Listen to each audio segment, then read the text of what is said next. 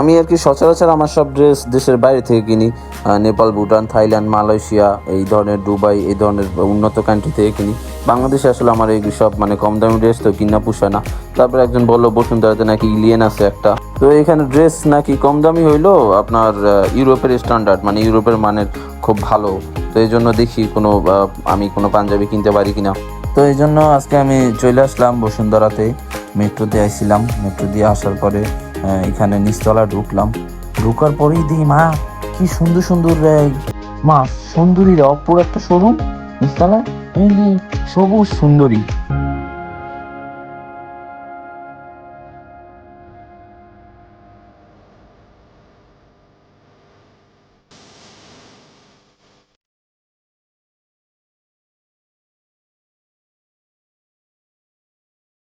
এরপরে কয়তলা জানি উঠছি, উঠছে দেখি একদম এখানে এলিয়েনের এই এলিয়েন না ইলিয়ান এটা শোরুম।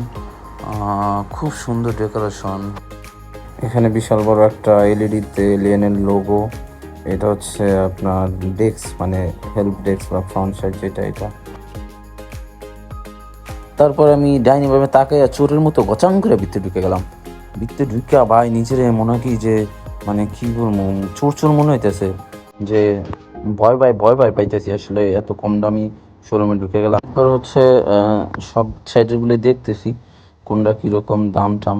তারপরে দেখার পরে দেখি একটা আয়না, আর আমি একটু দাঁড়াইলাম। দাঁড়ানোর পরে দাম দেখতে আইছি, এটার দাম 19,450 টাকা। খুব কম।